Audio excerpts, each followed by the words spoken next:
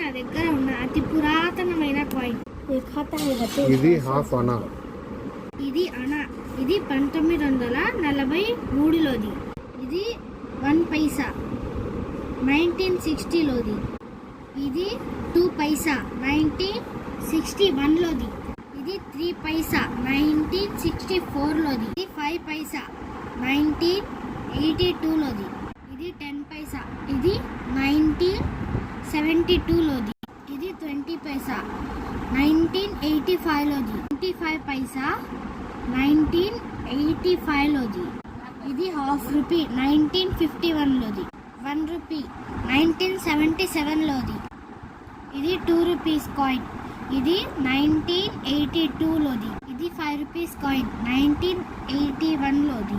ఇది 10 rupees coin 2008లోది.